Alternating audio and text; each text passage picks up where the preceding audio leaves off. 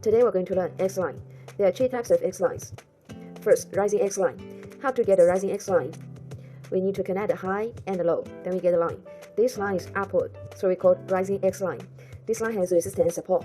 Once price break down this X line and rebound, we'll face resistance of this line. We can connect the high and the low and get the rising X line.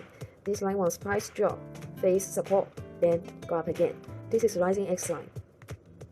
In this case, we connect the high and the low, then we can get the line. This line is upward, so we call it rising X line.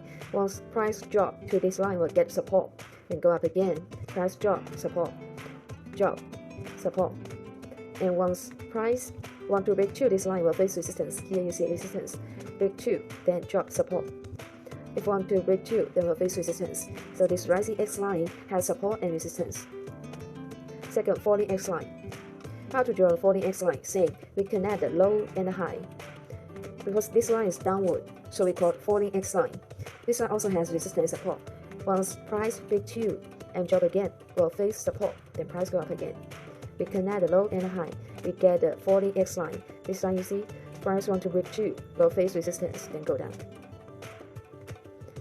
In this case, if we connect the high and this low, we get a falling X line because this line is downward, so we call it falling X line. You see, once price rebound, face resistance, go down. Price rebound, face resistance, go down. Price rebound will face this line, the resistance. What about horizontal X line? The same, we connect the low and high. Connect the high and the low, we get a line. Because this line is horizontal, so we call it horizontal X line. This line also resistance support. You see, every time price drop, we'll face support, then go up. Drop, face support, then go up. Drop, face support, then go up.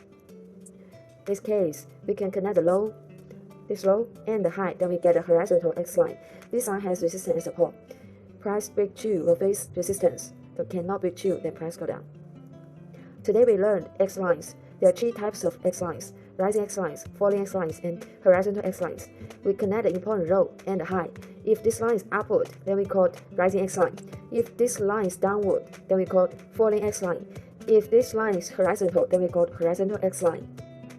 X line has resistance and support. It's very interesting. But we need to practice because in a store there are many highs and many lows.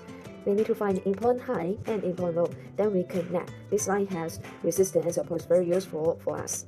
So we need to practice to find the most effective X line.